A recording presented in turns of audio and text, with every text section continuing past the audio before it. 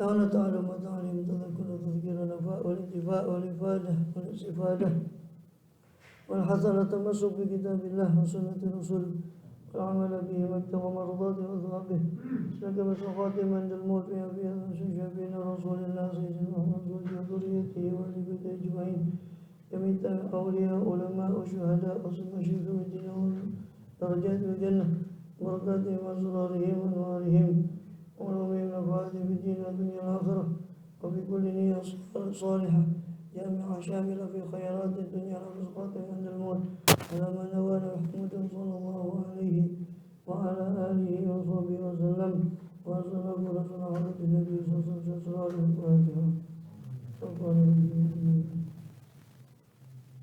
ولك يوم الدين يا ذنوب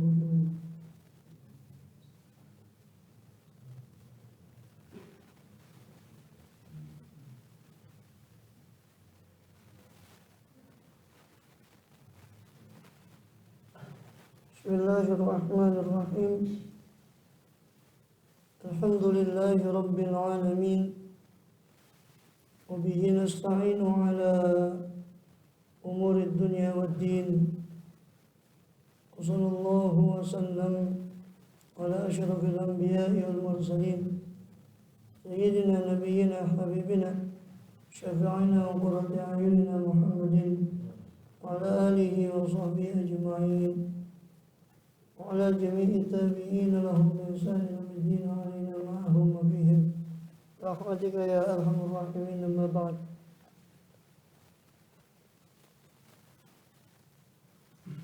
قول سبحانك لا علم لنا إلا ما علمتنا إنك أنت العليم الحكيم. رب اشرح لي صدري ويسر لي أمري واحلل عقدة من لساني يفقهوا قولي آمين والحمد لله. Alhamdulillah, Allah Subhanahu wa ta'ala masih berkenan melimpahkan nikmat karunia pada kita semua, bil khusus yang beriman Islam. Kita sehat walafiat sehingga dengan itu kita masih diizinkan oleh Allah SWT untuk melakukan segala aktivitas kegiatan kita bil khusus dalam rangka beribadah pada Allah Subhanahu wa ta'ala sebagai tugas utama kita dalam kehidupan dunia ini. Kemudian kita masih melanjutkan daripada pembahasan lalu dari kitab Jawahirul Quran daripada Hujjatul Islam Al-Imam Abu Hamid Muhammad bin Muhammad Al-Ghazali rahimahullah radhiyallahu anhu wa nafa'ana bihi wa ulumi bisada awliya wa salihin bidarini amin. Beliau kemudian kita masih dalam rangkaian ayat-ayat Jawahir pada surah Al-Mu'minun atau suratul Mu'minin. Di situ ada 29 rangkaian ayat Jawahir tentang ma'rifatullah. Ayat Jawahir dan istilah beliau yang beliau gunakan untuk menyebut tentang ayat-ayat yang berkenaan dengan ma'rifatullah. Kemarin pada pertemuan terakhir sebelum Ramadan kita sudah bahas ayat Jawahir dari surah Al-Mu'minun min suratul Mu'minin, itu ayat 12 sampai 22. Sekarang kita masuk pada rangkaian berikutnya, itu pada ayat 78 sampai ayat 92 dari suratul Mu'minin. Jangan keliru ya, ada suratul Mu'min, ada surah Al-Mu'min, itu surat Ghafir. Itu di juz 24. Hamim tanzil kitab min azizil hakim. Qabil dzambi qabil tawbi syai'in qabil taul. Itu surah Ghafir. Namanya surah Al-Mu'min. Kalau yang dimaksud yang kita bahas ini surah Al-Mu'minun atau suratul Mu'minin, qad aflahal mu'minun di juz 18.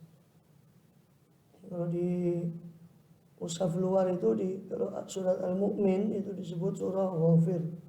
Karena di situ ada ayat Ghafir dzambi wa qabil taubi, sehingga disebut sebagai surah Ghafir. Kalau di mushaf Indonesia itu ditulis surah Al-Mu'minin atau suratul Mu'min. Sedangkan yang kita bahas ini adalah surah Al-Mu'minin. suratul Mukminin atau Al-Mu'minun di juz 18. Yaitu pada ayat 78, A'udzubillahi minasyaitonir rajim. Wa huwal ladzi ansha'a lakumus sam'a wal absara wal af'idata qalilan ma tashkurun. Dan dialah Allah, dialah zat yang ansha'a lakum, menciptakan untuk kalian as-sam'a wal absar, pendengaran. Ay ansha'a lakumul asma', Allah mencipta untuk kalian pendengaran dan juga absar, penglihatan, dan juga al-afidah, hati, yang daripada fuad, hati. Supaya apa? Supaya kalian mendengar, melihat, bisa berfikir. Litasma'u wa tubsiru wa taqilu. Tapi qalilan ma tashkurun, sedikit sekali kalian itu bersyukur. Ilam tashkuru hadhihi ni'am, yani kalian tidak mensyukuri nikmat-nikmat Allah itu sendiri yang banyak pada diri kalian. Di antaranya Allah ingatkan di sini nikmat pendengaran, penglihatan, dan akal pikiran.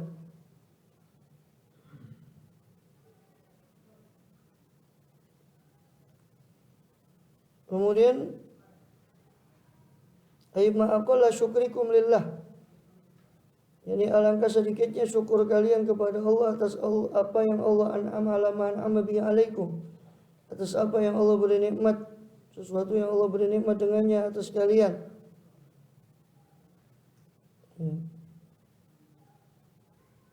Kemudian di situ Allah mulai untuk menggambarkan kemahakuasaannya dengan nikmat yang ada pada diri manusia. Itu berupa Allah ciptakan bagi dia pendengaran dan penglihatan dan akal pikiran. Ansya'alakumus sam'a wal absara wal af'idah. Ini serupa dengan yang ada di surah Al-Isra.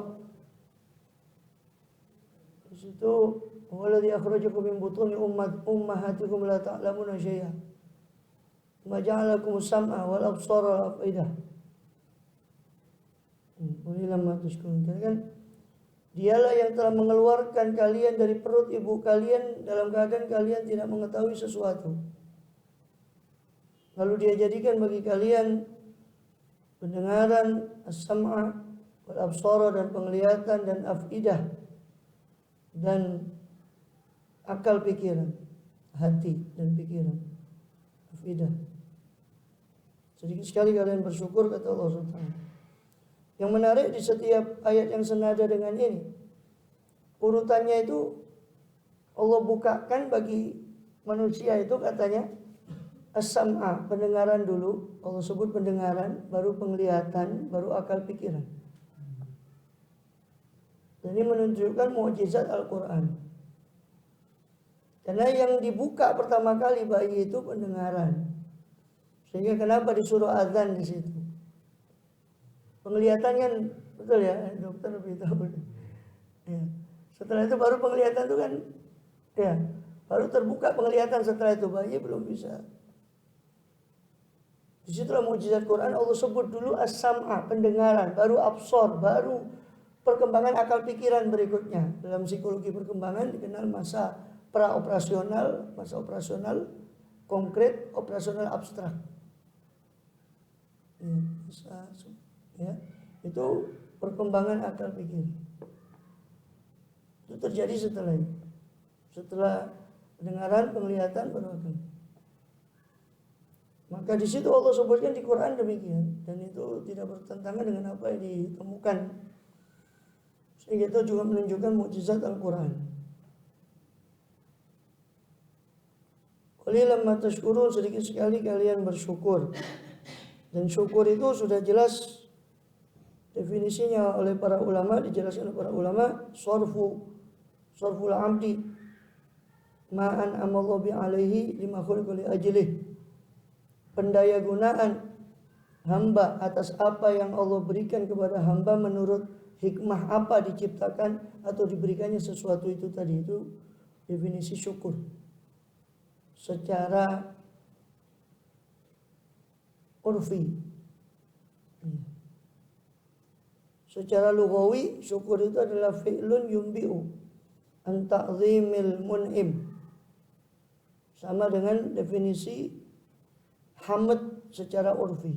Syukur lughawi itu sama dengan definisi memuji Allah secara urfi. Jadi syukur secara bahasa artinya segala perbuatan yang menunjukkan pengagungan terhadap sang pemberi nikmat. Dari sisi dia sebagai pemberi nikmat, baik atas orang yang bersyukur kepada dia atau kepada orang yang tidak bersyukur. Karena Allah memberi nikmat kan umum. Mau syukur dan syukur semua diberi nikmat. Syukur secara lughah, secara bahasa, etimologi adalah adalah segala perbuatan yang menunjukkan dari si hamba itu, yang menunjukkan atas pengagungan terhadap zat yang memberi nikmat. Perbuatan itu apa saja? Mencakup hati. Dia mengakui dengan hati, syukur dengan hati, mengakui bahwa itu semua dari Allah. Dia mengucapkan dengan lisan bentuk alhamdulillah atau sebangsanya. Atau dia gunakan anggota badan untuk mensyukuri itu. Tadi dia ibadah sebenarnya. Jadi syukur itu secara bahasa artinya segala perbuatan yang menunjukkan pengagungan terhadap sang pemberi nikmat. Sedangkan secara istilah, syukur itu adalah pendayagunaan hamba atas apa nikmat yang sudah Allah berikan kepada dirinya. Menurut hikmah apa nikmat itu diberikan. Berarti di sini Allah bilang qalilan ma tashkurun. Sedikit sekali orang yang bersyukur. Dalam arti khususnya nikmat tentang pendengaran, penglihatan tadi itu. Berarti syukurnya nikmat penglihatan, pendengaran, penglihatan dan akal pikiran adalah mendayagunakan, ya kan? Sesuai dengan definisi syukur itu berarti mendayagunakan nikmat pendengaran, penglihatan, akal pikiran sesuai dengan hikmah untuk apa Allah berikan nikmat. 3 nikmat itu pendengaran, penglihatan, akal pikiran.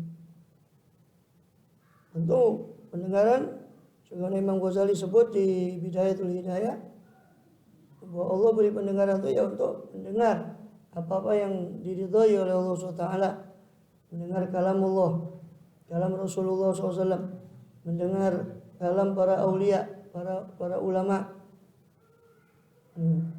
mendengar hal-hal yang diridhai oleh Allah SWT, disenangi. Pendengaran, penglihatan juga begitu.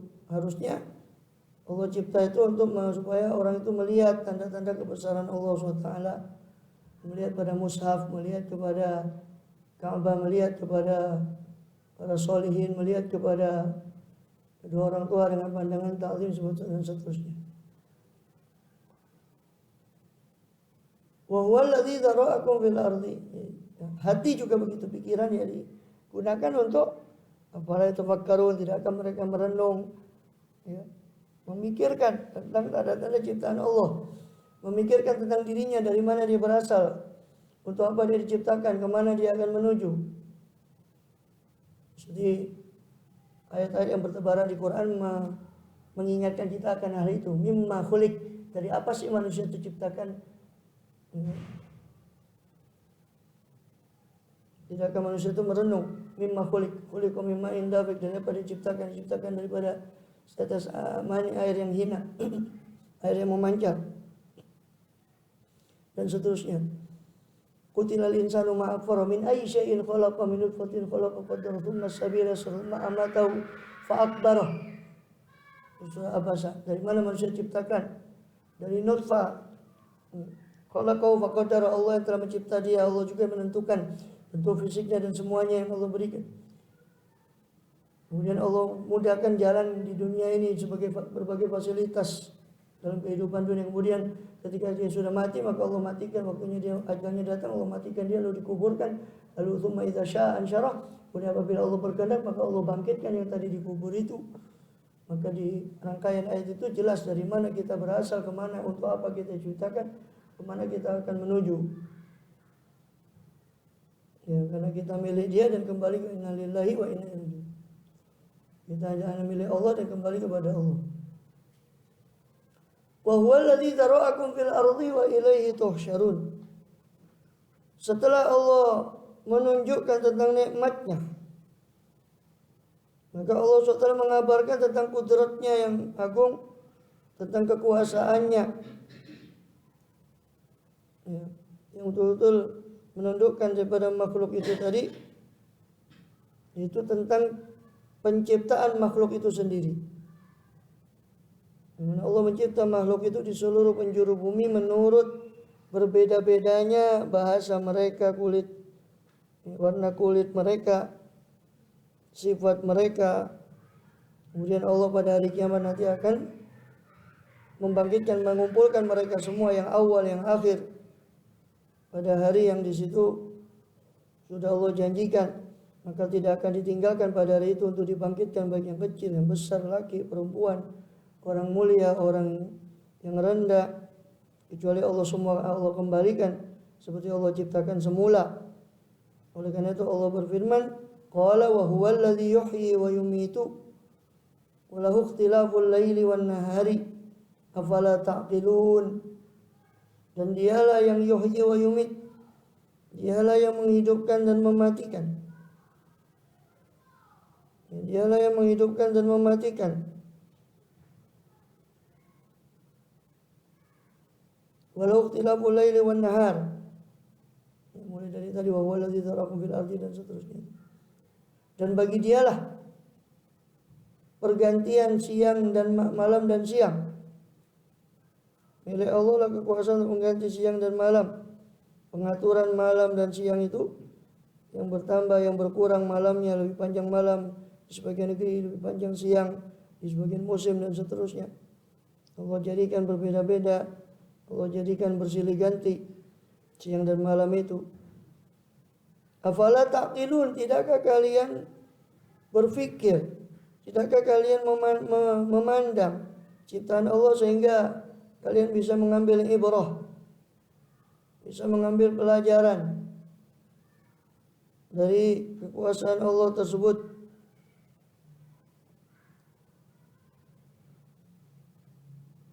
Yang silih bergantinya siang dan malam dan seterusnya, yang Allah beritakan di ayat yang lain, lasyamsu yanbaghi laha an tudrikal qamar walal lailu sabiqun nahar. Tidaklah matahari, tidaklah pantas matahari untuk mendahului bulan, tidak pula malam untuk mendahului siang. Kullun fi falaki yasbahun wa kullun fi falaki yasbahun. Dan semuanya di orbitnya masing-masing mereka beredar. Surat Yasin ayat 40. Afala taqilun, tidakkah kalian itu berfikir dan merenung tentang ini? Salah satu fungsi afidah, fungsi akal pikiran yang Allah berikan tadi itu. Jadi setelah Allah ungkit nikmat pendengaran, penglihatan dan pikiran, lalu Allah tunjukkan, ya kan? Allah tunjukkan guna daripada nikmat akal pikiran itu, pendengaran dan seterusnya itu. Allah bacakan ayatnya, Allah perlihatkan ayatnya di alam semesta. Allah suruh kita berpikir itu sekaligus untuk pengejauhan tahan daripada nikmat tadi, as-sama wal absara wal afidah. Apakah mereka itu tidak mikir? Padahal saya sudah jadikan pendengaran, terus mana nikmat saya itu? Seolah-olah Allah, ini orang-orang kafir, orang-orang yang mengingkari kekuasaan Allah SWT. Kemana nikmat saya itu? Allah, saya sudah beri as-sama wal absara wal afidah. Sedikit mereka bersyukur dengan tidak menggunakan nikmat itu untuk hikmah yang seharusnya. Bahkan apa kata Allah? Bal qalu mithla ma qala al-awwalun. Di ayat berikutnya.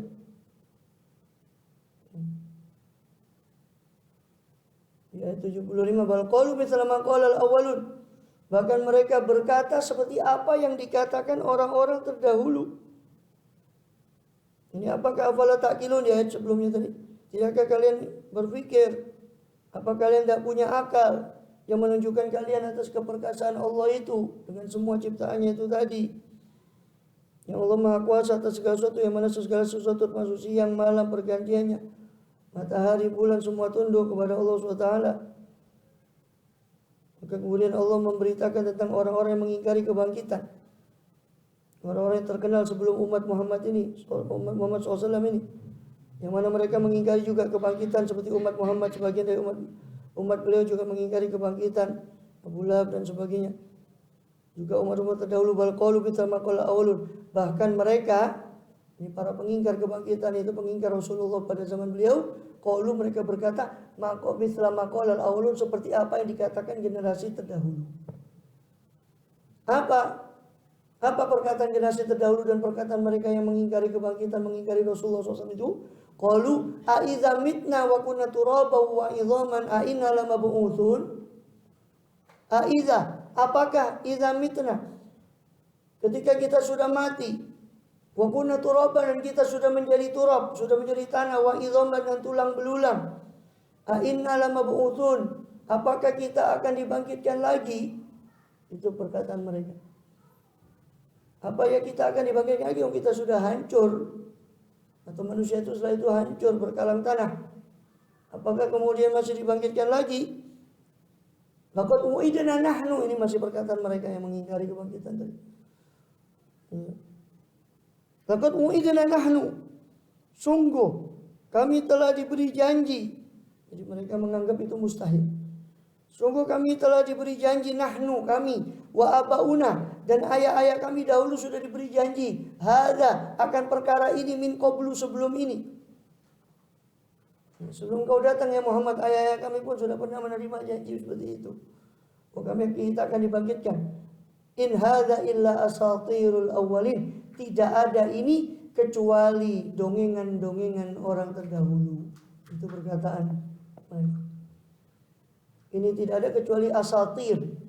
Asatir dari usturah. Kemudian diserap ke bahasa Yunani menjadi historia. Dari asatir, ustur. Tapi kemudian digunakan sebagai sejarah. Illa asatirul awwalin. Ini semua hanyalah dongengan-dongengan orang terdahulu, kata dia. Ini cuma ibarat dongeng, tidak ada wujudnya, mustahil. Kebangkitan dan sebagainya Allah ceritakan itu mereka anggap sebagai dongeng. Barusan juga ada yang ngomong gitu, dongengan ya, empen itu dongengan. Kalau lihat itu nantilah baru nyaho, katanya orang Jawa Barat, baru nyaho, baru tahu rasa nanti. Kalau lihat mungkar nakir jangan teriak, lihat malaikat maut. Suruh bilang di depan malaikat itu dongengan-dongengan itu. Innalillahi wa inna ilaihi raji'un. A'udzubillah. Qul limanil ardu wa man fiha in kuntum ta'lamun. Katakanlah, milik siapa bumi itu? Wa man fiha, dan siapa-siapa yang ada dalam bumi itu. Itu milik siapa? Coba katakan, in kuntum ta'lamun, kalau memang kalian mengetahui. Ya. Jadi mereka mengingkari itu, menganggap pengembalian makhluk ini tadi yang semua sudah pernah Allah ciptakan dari ketiadaan, kemudian Allah berjanji bakal mengembalikan seperti semula, itu mereka anggap pengembalian itu mustahil. Padahal di banyak ayat Allah bilang penciptaan mereka dari tidak ada sama sekali menjadi ada, itu seandainya boleh dikatakan itu lebih sulit daripada mengembalikan yang sudah ada. Logika mana yang mereka pakai? Ya. Kemudian, dan itu juga banyak di ayat-ayat yang lain Allah abadikan pengingkaran mereka. Ya, aidza kunna, dalam surah An-Nazi'at, aidza kunna idzaman nakhirah, apakah ketika kita sudah menjadi idzaman nakhirah, sudah menjadi tulang belulang yang remuk. Qalu tilka idzan karratun khasirah.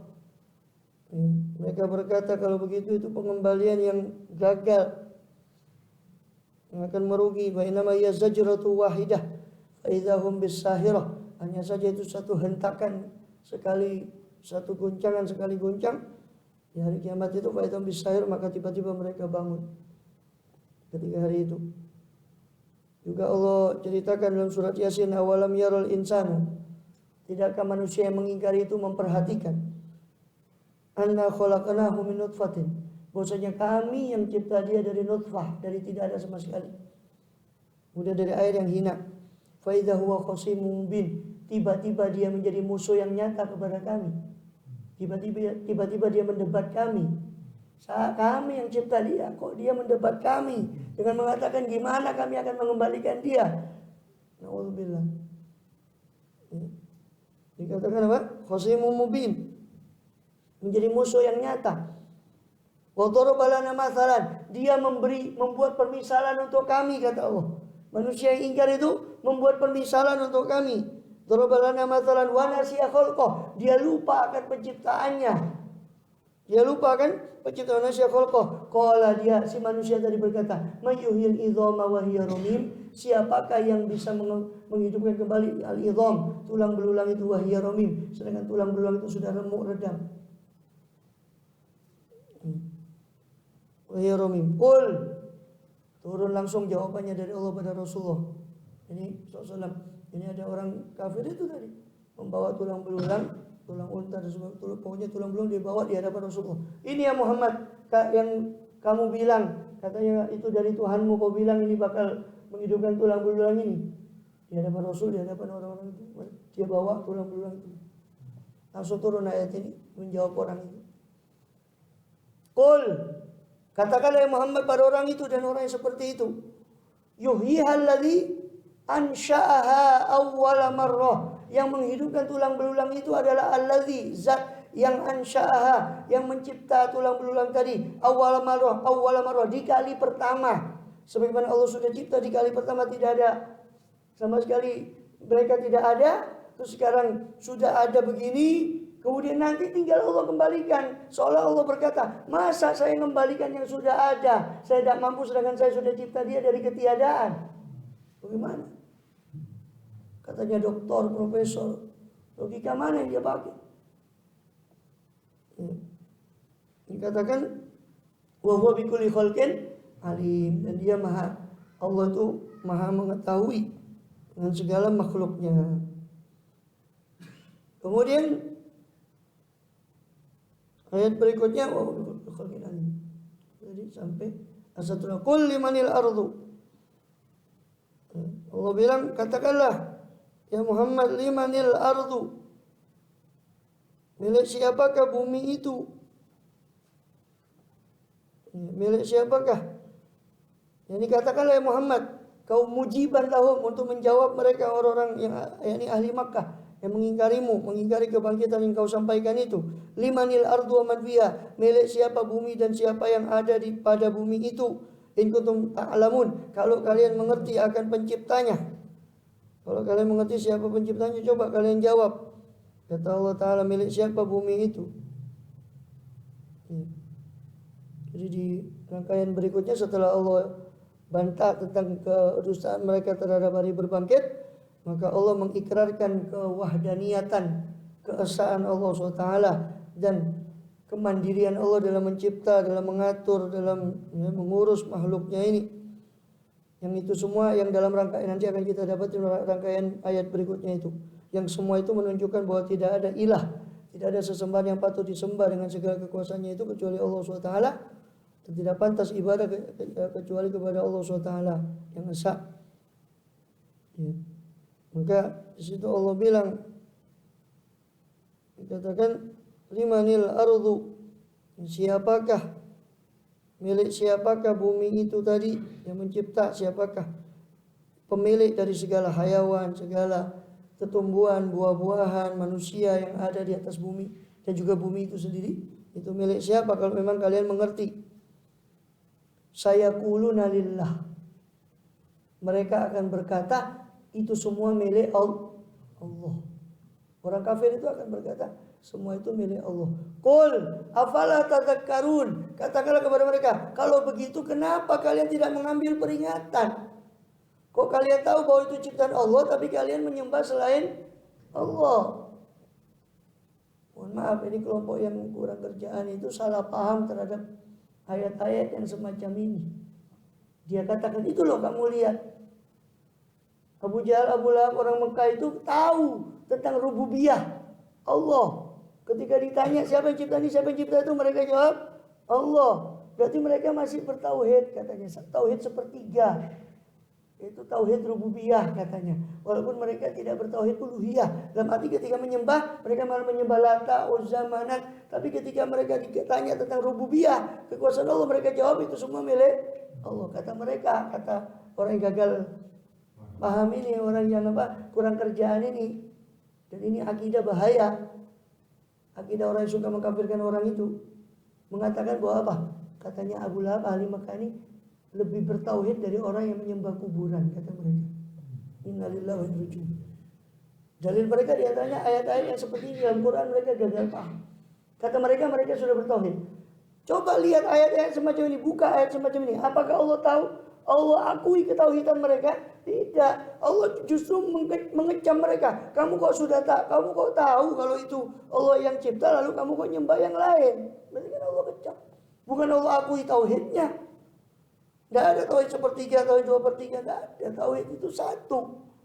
Kalau memang mengakui Allah sebagai Rob, sebagai penguasa, pencipta, pengatur, dia harus mengakui Allah sebagai ilah, sebagai ma'bud, sesembahan. Tidak bisa dipisah. Maksud mereka apa? Kita ini, katanya mereka, yang tawassul, kita ziarah kubur, kita tawassul dengan para aulia. Itu katanya mereka, kita tidak ngerti tauhid rububiyah. Kenapa? Karena mengakui ada yang bau rekso, kata mereka. Ada yang menguasai alam ini selain Allah, kata mereka. Sehingga kita minta kepada mengakui kekuasaan selain Allah, Mbah Anu, wali fulan, kata mereka. Jadi kita dianggap cacat tauhid rububiyahnya. Gitu. Walaupun secara menyembah kita tauhid uluhiyah, kita menyembah kepada Allah, tapi rububiyah kita cacat, kata mereka. Itu lebih bagus, kata dia, lebih bagus para Abu Jahal, Abu Lahab itu lebih bagus, kata mereka. Karena mereka itu masih mengakui rububiyah Allah. Ini pemahaman dari mana? Coba lihat di ayat-ayat semacam ini. Ketika Allah mengecam bahwa orang kafir, orang musyrik Makkah itu mengerti bahwa ini yang cipta Allah, semua yang menguasai Allah. Itu Allah dalam rangka bukan mengakui tauhid mereka. Allah mengecam mereka. Kalau kamu tahu ini yang cipta Allah, yang penguasa ini adalah Allah, kenapa kamu kok cari sesembahan selain Allah? Itu kecaman, bukan pengakuan terhadap tauhid mereka. Ini gagal pahamnya, ngopinya kurang ngopi, kurang jauh ngopinya, ngajinya, kurang jeruk, kurang akeh ngajinya. Bahaya. Kenapa saya katakan pemikiran semacam ini bahaya? Inilah yang menebarkan teror dan sebagainya, itu ya pemikiran semacam ini. Karena menganggap orang lain itu syirik. Na'udzubillah, menganggap orang muslim itu, ya kata mereka, yang ziarah kubur itu mereka menganggap itu sebagai satu kesyirikan, sehingga akibatnya apa? Akibatnya penghalalan darah terhadap, na'udzubillah. Ini kenapa mereka kemudian tega membinasakan kaum muslimin. Ini akidah bahaya ini. Akidah semacam ini. Ini akidah Wahabiyah seperti ini, kalau mau tahu. Walaupun mereka mencoba mengelak, silakan elaklah. Sepandai-pandai. Tupai melompat pasti akan jatuh juga. Ya sudah, silakan kau elakkan itu. Kita sudah tahu, dan itu maktub di kitab-kitab mereka. Mau mengelakkan bagaimana? Di kitab Ibnu Taimiyah, di kitab-kitab Dedengkot mereka sudah semua tertulis. Disuruh hapus semua itu kitab-kitabnya. Kalau mau mengelakkan. Ada. Mereka membagi tauhid itu 3, tauhid rububiyah, tauhid uluhiyah, tauhid asma wa sifat. Ini bahaya. Maksud tauhid uluhiyah itu artinya keesaan Allah sebagai uluhiyah, sebagai ilah, sebagai sesembahan. Tauhid rububiyah itu maksudnya Rob itu penguasa, pengatur, pencipta. Berarti keesaan Allah sebagai pengatur, pencipta, dan pengurus. Asma wa sifat itu nama-nama Allah yang Allah sebutkan seperti. Tapi menurut mereka, kalau menurut mereka asma wa sifat Allah mempunyai tangan, seperti Allah bilang, kata mereka. Padahal salaf tidak pernah bilang begitu. Salaf cuma bilang ada ayat wasama banaina bi aidin wa innal, dan langit yang kami bangun dengan aidin, tapi para salaf tidak pernah mengartikan aidin itu tangan. Tidak pernah. Allah bilang begitu firman-Nya, kita beriman bahwa itu firman Allah. Maknanya kita kembalikan kepada Allah. Itu akidah salaf, bukan mengiyakan konsep tangan tadi. Ini naudzubillah, menggunakan kalimat salaf untuk menipu orang. Kemudian merasa dirinya paling salah, paling ikuti innalillahi wa inna ilaihi raji'un. Ujub. Hanya mereka tersesat, tambah jauh dalam kesesatannya, naudzubillah. Karena menurut teori Imam Ghazali di kitab Qawaidul Aqaid itu, kalau seorang itu sudah terjangkit bid'ah yang dimaksud bid'ah akidah, alhamdulillah, kalau sudah terjangkit dan itu parah, itu akan sulit untuk disadarkan, kata Imam Ghazali. Ya semua kita tahu semua hidayah di tangan Allah, tapi secara logika normal orang yang sudah terlalu mendalam dalam kesesatan seperti itu sulit untuk dikembalikan. Ketika kita berikan dalil pun untuk menyadarkan dia, terus dia tidak bisa menjawab dalil kita, dia akan mengatakan guru saya punya jawabannya yang mungkin saya tidak tahu. Kata Imam Ghazali. Tapi orang yang baru terkena, baru terpapar, itu masih bisa disadarkan dengan sedikit dalil akli ataupun nakli. Insya Allah mereka kalau memang mau buka, mereka punya mereka akan sadar. Kalau belum terpapar terlalu parah, kalau sudah parah, sulit untuk dikembalikan. Alhamdulillah. Ya mudah-mudahan kita selamat, amin ya rabbal alamin. Selamatkan iman Islam kita dan ihsan kita, amin ya rabbal alamin. Seperti itu. Saya quluna lillah. Mereka akan mengatakan itu milik Allah. Qul afala tadhakkarun. Lalu kata Allah, kenapa kalau memang kalian tahu itu milik Allah, kenapa tadzakkar? Kalian tidak mengambil pelajaran dari semua itu sehingga kalian mengambil Allah hanya Allah sebagai sesembahan. Kalau memang kalian tahu semua itu milik Allah, otomatis karena dia yang maha kuasa kan, berarti sesembahan hanya pantas untuk dia yang maha segala-galanya itu. Di ayat berikutnya, Qul man rabbus samawati sab'i wa rabbul arsyil azim. Katakanlah ya Muhammad, siapakah pemilik as-samawati sab'i, 7 lapis langit, langit yang 7. Juga bumi juga begitu yang 7. Wa rabbul arsyil azim, juga pemilik penguasa arsy yang agung. Siapa yang mencipta ciptaan Allah yang ada di atas itu, baik itu arsy atau yang di bawahnya arsy, bintang, planet dan sebagainya, malaikat yang tunduk. Siapa yang semua mencipta semua itu, langit dan sebagainya.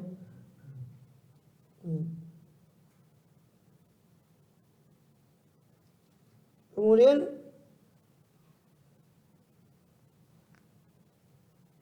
dikatakan alladzi huwa saqful makhluqat, yang mana arsy itu adalah atap dari seluruh makhluk.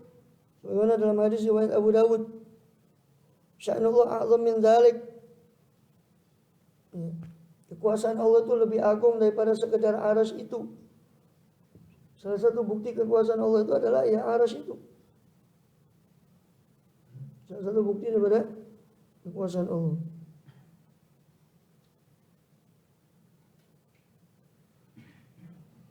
Sya'nullahi a'zam min dzalik.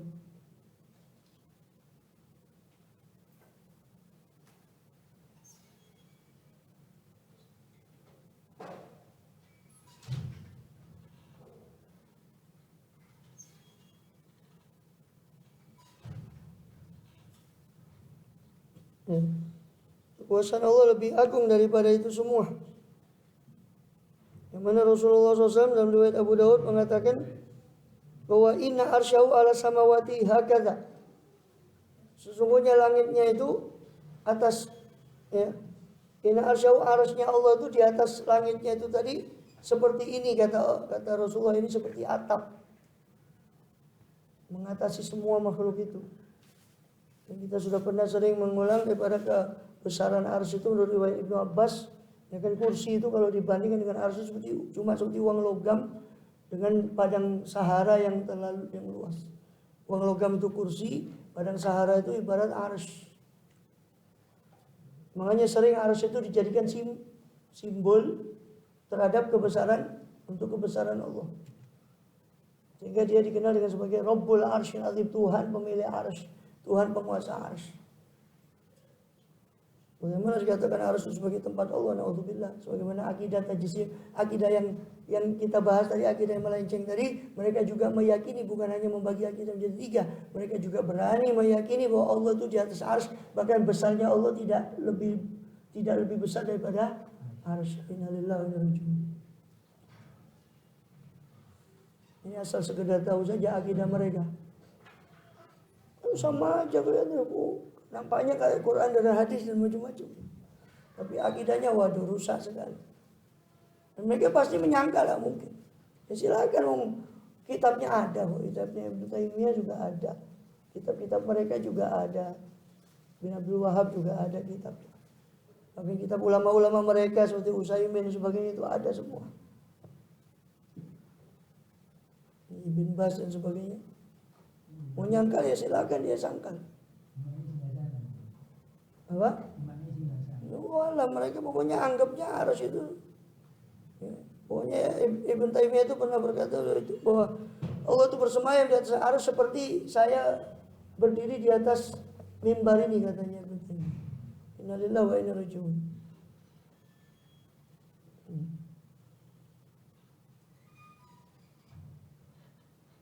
Bahkan sebagian ulama salaf meriwayatkan bahwasanya jarak antara dua penjuru arsy dari satu sisi ke sisi yang lain seperti perjalanan 50.000 tahun. Sedangkan tingginya daripada bumi yang ketujuh, dari bumi yang ketujuh ke arsy itu masih 50.000 tahun tingginya. Panjangnya juga diriwayatkan sebagian riwayat 50.000 tahun.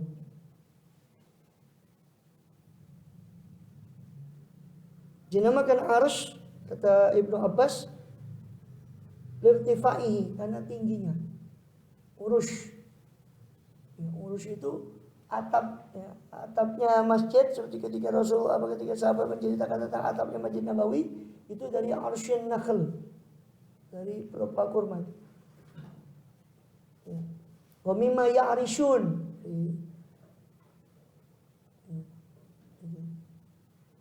Wa mimma ya'rishun, kata arsy. Ya, arsy itu maknanya disebut arsy karena tingginya.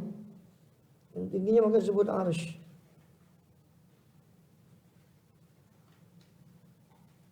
Bahkan dikatakan menurut riwayat dari Ka'ab al-Ahbar, innas samawati wal ardu fil arsy kal kindil al-mu'allaq baina samai wal ard.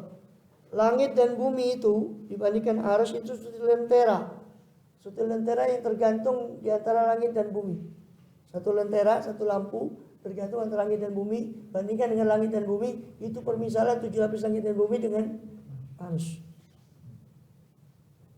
Seperti yang kita nukil tadi dari riwayat Ibnu Abbas, permisalan kursi dengan arsy. Sedangkan kursi itu luasnya wasi'a kursiyuhus samawati wal ard. Kursi itu luasnya meluasi 7 lapis langit dan bumi. Sedangkan kursi menurut Ibnu Abbas dengan arsy itu ibarat uang logam dengan padang Sahara, padang pasir yang luas. Atau menurut riwayat tadi 7 lapis langit dan bumi dibandingkan arsy itu seperti satu lentera yang digantung di antara langit dan bumi. Dalam riwayat dari Ibnu Abbas juga dikatakan al-arsyu la yaqdiru ahadun qadrah illa Allah azza wajalla. Arsy itu tidak ada yang sanggup untuk mengukurnya, mengetahui ukurannya kecuali Allah Subhanahu wa taala menciptanya. Bagian salaf mengatakan arsy itu cipta dari yakut yang merah. Ya. Oleh karena itu Allah sering mensifati dirinya sebagai Rabbul Arsyil Azimi. Gitu ya. Rabbul Arsyil Azimi berarti azimi itu sifatnya arsy. Tuhan pemilik arsy yang besar.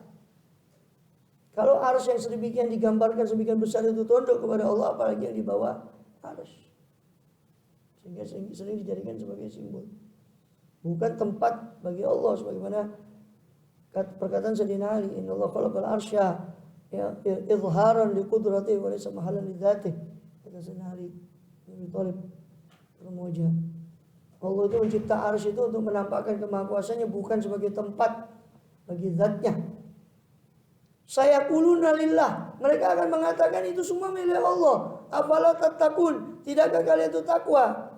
Qul man takut kepada Allah. Qul man biyadi malakutu kulli syai'in wa huwa yujiru wa la yujaru alaih. Ya. Tidakkah apa?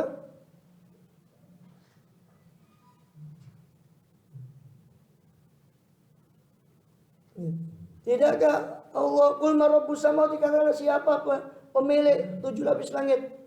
Ya. Qul man biyadi malakutu, katakan siapakah zat yang biyadi, di dalam kekuasaannya lah malakutu kulli syai, kerajaan daripada segala sesuatu. Itu milik di bawah kekuasaan dia.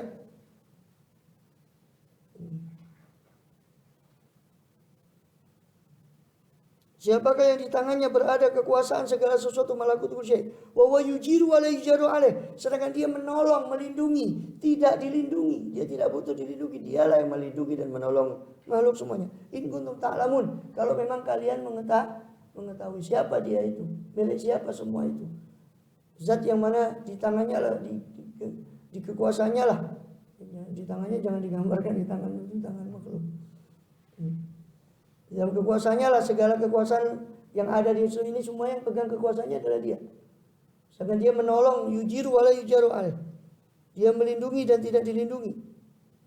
Atau bisa diartikan dia melindungi dan tidak ada satupun yang dilindungi dari azabnya. Tidak ada yang bisa lari daripada azabnya kecuali dia yang melindunginya. In kuntum ta'lamun, sayaquluna lillah, mereka akan katakan itu semua milik Allah. Qul, katalah Muhammad pada orang itu, fa anna tusharun, bagaimana kalian disihir? Bagaimana seolah kalian disihir untuk menyembah selain Allah kalau kalian tahu itu semua milik Allah? Bal atainahum bil haqqi wa innahum lakadzibun. Akan tetapi kata Allah SWT, atainahum bil haqqi, akan tetapi padahal kami telah membawakan kepada mereka apa? Bil haqqi, dengan kebenaran. Kami bawakan kebenaran kepada mereka melalui Rasulullah SAW. Ini yang benar. Allah bawakan kebenaran tentang tauhid. Wa innahum lakadzibun, sungguh mereka orang-orang yang dusta. Kalau mereka mengatakan semua ini milik Allah, tapi mereka menyembah kepada selain Allah. Mattaqadallahu min waladi wa ma kana min ilahin. Tidaklah Allah itu mengambil satu anak pun dan tidak ada bersama dia satu Tuhan pun. Idzan la dhahaba kullu ilahin. Ya, jika demikian, sekiranya Tuhan itu banyak, maka masing-masing Tuhan itu akan membawa apa-apa yang diciptakannya, makhluk yang diciptakannya, dan sebagian Tuhan-Tuhan itu akan mengalahkan sebagian yang lain. Seandainya Tuhan-Tuhan itu adalah punya anak dan sebagainya, ya, la dhahaba kullu ilahin bima khalaqa, maka setiap Tuhan akan membawa apa yang dia ciptakan untuk mengalahkan yang lainnya. Wala ala ba'dhum ala ba'din, atau melenyapkan yang Tuhan ini melenyapkan ciptaan Tuhan yang lain, yang ini melenyapkan ciptaan Tuhan yang lain. Wala ala ba'dhum ala ba'din, dan pasti sebagian Tuhan itu akan meninggi, mengalahkan sebagian yang lain. Subhanallah amma yasifun, maha suci Allah dari apa yang mereka sifatkan. Alimul ghaibi wasyahadah, fata'ala amma yusyrikun, dia maha mengetahui yang gaib dan yang nyata, maka maha suci Allah amma yusyrikun dari apa yang mereka persekutukan. Hingga meloncat ke akhir surat Al-Mu'minun itu pada ayat yang ke-115. Apa hasibtum annama khalaqnakum abatha, apakah kalian mengira bahwa kalian ini diciptakan abathan, diciptakan dalam keadaan sia-sia, main-main tanpa ada maksud. Wa anakum ilaina la turja'un, dan bahwasanya kalian kepada kami tidak dikembalikan. Fata'alallahul malikul haq, maka maha suci, maha luhur Allah, sang yang merajai, yang hak, yang benar. Mustahil Allah yang maha benar menciptakan manusia itu dalam keadaan batil atau sia-sia, padahal dia maha hak. Ta'ala Allah, maka maha suci Allah yang merajai dan maha benar. La ilaha illahu, tiada sesembahan kecuali dia. Rabbul arsyil karim, Tuhan pemilik arsy yang mulia. Wa may yad'u ma'allahi ilahan akhar, siapa yang menyembah, menyeru bersama Allah kepada Tuhan yang lain, menyembah kepada Tuhan yang lain, la burhana lahu bih, yang mana tidak ada bukti nyata baginya, bagi orang itu tadi, bi dengannya, dengan penyembahan itu tadi, dengan ilahan akhar tadi, lahu bih fa inna ma hisabuhu inda rabbih, maka hanya saja hisabnya orang tadi di sisi Tuhannya. Innahu la yuflihul kafirun, maka sesungguhnya tidak beruntung orang-orang yang kafir di sisi Allah Subhanahu wa taala. Siapa menyembah kepada Allah, kepada selain Allah, yang padahal itu tidak ada bukti. Menyembah kepada selain Allah mau menegakkan bukti apa atas kebenaran sesembahan mereka? Tidak ada bukti bagi dia. Orang yang menyembah kepada selain Allah yang mana tidak ada bukti nyata bagi Tuhan yang mereka sembah itu, maka hisabnya nanti, seolah Allah bilang, wis terserah kalau kamu nggak mau dibilangi, nanti hisabnya ketemu nanti.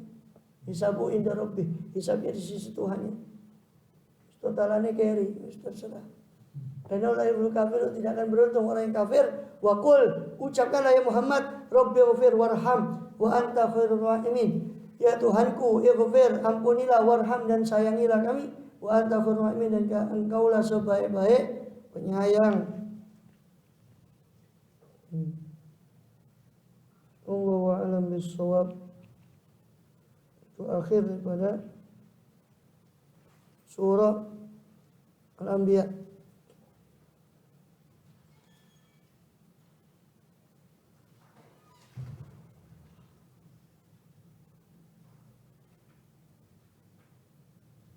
Ya. Saya tutup dengan satu riwayat dari Qatadah, disebutkan bahwa Rasulullah SAW pernah berkata kepada seseorang, "Ma ta'bud, apa yang kau sembah?" Qala a'budullah wa kadza hatta ada sama. Saya menyembah Allah dan ini dan ini. Maksudnya dia menyebutkan saya menyembah Allah dan Lata dan Uzza dan Manat, sampai menyebut beberapa nama berhala. Maka Rasul bersabda kepada orang tadi, "Fa ayyuhum idza asabaka turun fada'auta kasyafahu anka." Mana di antara yang kau sembah itu Allah, Lata, Uzza, yang menyingkap madarat ketika kau tertimpa madarat, lalu kau doa kepada dia, lalu dia menyingkap madarat itu darimu? Siapa di antara Tuhan-Tuhan itu? Kalau Allah Azza wa Jalla, Allah. Lalu ayyuhum ka idza kanat laka hajatun wa ta'atuka. Mana di antara Tuhanmu itu Allah, Lata, Uzza, Mana dan sebagainya, yang kalau kau meminta hajat kepada dia, dia memberi hajatmu itu tadi. Maka orang tadi mengatakan Allah Azza wa Jalla. Qala fama yamiluka lan ta'budu ulaimahu. Lantas apa yang mendorongmu untuk menyembah mereka? Manat, Uzza, Lata, dan di samping Allah, selain Allah SWT, apa yang mendorongmu untuk menyembah mereka? Qala aradtu syukrahu bi ibadati haula'i ma'ahu. Am hasibtu ayyughlaba alaih. Kemudian dikatakan bahwa saya kepingin mensyukuri Allah tadi dengan menyembah mereka bersama Allah.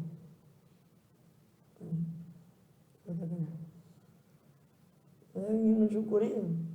Dan jawaban orang kafir, kami tidak menyembah mereka kecuali untuk mendekatkan diri kepada Allah. Tapi dalilnya dibawa kepada orang yang tawassul itu. Dianggapnya itu beda. Kita mencari wasilah, wabtaghu ilail wasilah, itu adalah sarana daripada amal itu untuk mendekat kepada Allah. Orang-orang soleh tadi itu mendekat kepada Allah, bukan menyembah. Lain, kalau menyembah itu adalah ketundukan total. Yang mengakui bahwa yang disembah itu menguasai segalanya, itu namanya menyembah. Nah, itu sama sekali tidak dilakukan oleh orang yang berziarah sebagainya, itu sama sekali. Maka dalam riwayatnya itu orang itu kemudian masuk Islam. Qala rajul, pada masa lagi itu rajul khosomani. Saya tidak pernah dapati satu orang yang mengalahkan perdebatan dengan saya, jadi kecuali Rasulullah SAW itu tadi. Wallahu a'lam bishawab. Beralih nanti ke surat Nur. Surat Nur 9 ayat, di situ tentang ayat-ayat jawahir. Wallahu a'lam. Wallahu nurus samawati wal ardh.